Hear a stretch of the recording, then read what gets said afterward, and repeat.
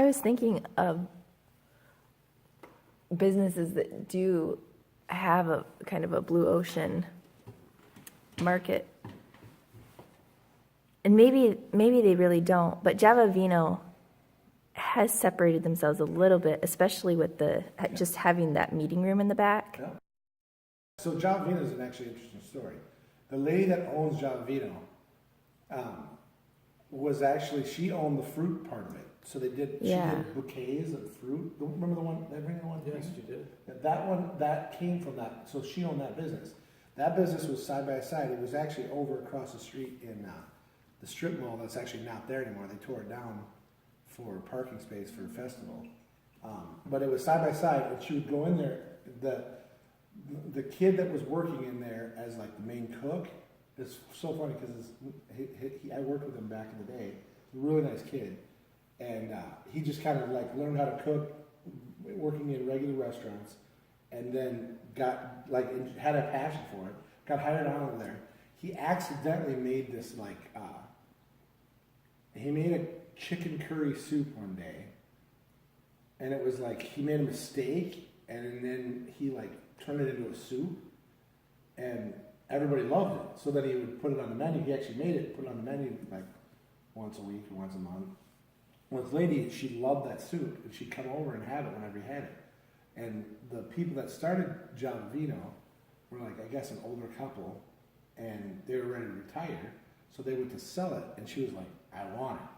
So she bought it, and then what she did is she said, that is going to be our signature soup. I want it on the menu every single day. And so she bought it, and it was in a smaller venue, but they didn't have a meeting room at the time. They had... she put in these like big tables that you could sit around. Well, she noticed, I guess, maybe she already knew this was happening, but there's a lot of like kind of ladies clubs that'll come in from anywhere from 7. A lot of them like do it, some type of walking together. Where was this at? This is in the Crosse. This is one of the places I go all the time because they have free internet and you can. So it's not a national chain. No, it's local. One single item. Mm-hmm. Yeah, and so, but she got so busy that she moved. She had to move, so she rented space. It was actually the old some movie rental place when I was in college, and she remodeled the whole building, put a kitchen in it, but in the back, and then she put a drive-through window in, and she's got a drive-through coffee place as well. They sell wine, coffee, and then they have like it's almost like that is the definition of kind of a bistro. She doesn't call it a bistro, but a bistro is like they serve appetizers, they've got some small entrees, mostly sandwiches, but like comfort food, and then like really quality. Like my dad came in there one day when I was working. He was up there. I said, "Oh, come over, I'll buy you lunch." And he came over and he had like they had 3 lamb burger sliders. So he actually got a plate with 3 little hamburgers on it. And they had something different on each one. And you never see lamb burger in a restaurant. You know what I mean? So that's really what a bistro is. But her point is they put a meeting since they had all these people like doing gatherings. The space is way bigger, so now they got more gathering tables. They got some couches you can sit at. And then they got this like meeting room that you can use in the back. It's no charge. All you gotta do is sign up for it. And they do want you to buy something. But like I think for a while we just shot a couple pictures and got out. Yeah, but like you said, you buy so much there. That they wouldn't care. Yeah. You know what I mean? I was thinking about a lot of different things about it. Now, I don't go to a lot of coffee houses, so maybe there is kind of maybe it is getting commoditized to have this eatery internet. I've been to La Crosse. She's separate. Okay. The internet free thing is part of it. Yeah. But like even downtown, so the lady downtown, there was a place called Jules that was there from like when I was a kid. And she actually, I don't remember if she sold it or she went into business or what, but she actually had a problem because she would have people come and only buy 1 cup of coffee or not buy a cup of coffee at all. And they would just sit there and bog her internet down, you know what I mean? And just like, they would just take up space and she wasn't making any money, you know? And even Panera Bread, they actually kick you off the internet in like 30 or 45 minutes. Which like, for a guy like me, I'm not going there because I need to be there for like at least an hour.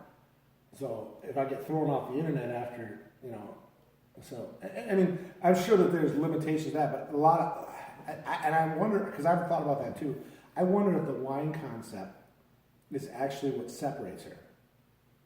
Oh, See what I'm saying? Because you come there, so like if you're looking at it from the Blue Ocean strategy, right?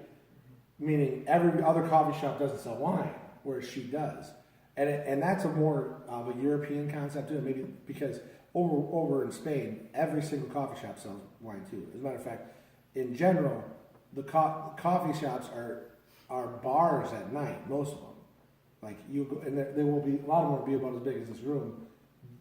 They in the morning they open up, they serve like a little bit of breakfast, not much, but like some toast or whatever, and they serve a lot of like coffee. Like their coffee's so good in Spain. It's so weird. That's where I got addicted to coffee for real. Because it's called cafe con leche. It's like literally a shot of coffee and then a shot of milk, and it usually comes in like a glass like this, and you only have to put one sugar in it. It only takes about. It only takes. Are probably local, right? Oh, It's not from that far away. Maybe. And it's fresh. It's just it's done just so. right by Well, I families think that have been doing it for yeah, generations. yeah, it's And it so doesn't come good. in a little plastic cup like this. Yeah. As a matter of fact, it's like when I was in class, if I was like dozing in one class, there was a coffee shop right downstairs from the school. So I'd go down and have a cup of coffee, and you would be wide awake for the rest of the day. It was so awesome. And I mean, it was never a glass like this either. It was always just like they served it a lot of times. It seemed like it was in like a regular like drinking glass, not even a coffee cup. Anyway, no. So yeah, I wonder if it's the wine that separates her, because you have the people that come for the coffee, but then you have the people that come for the wine, right? And then you can go like and eat because that's why she's busy at night. Yep. But like, let's say I don't drink, right? I don't drink, but let's say I don't drink, and you do, and we want to go someplace for drinks. I can go have a coffee, right? right. You can have a glass of wine.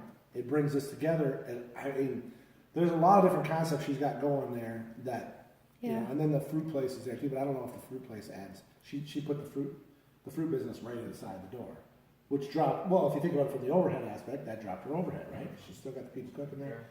And around Valentine's Day is like her biggest one. Valentine's Day and Mother's Day. They like literally can't get them out the door fast enough.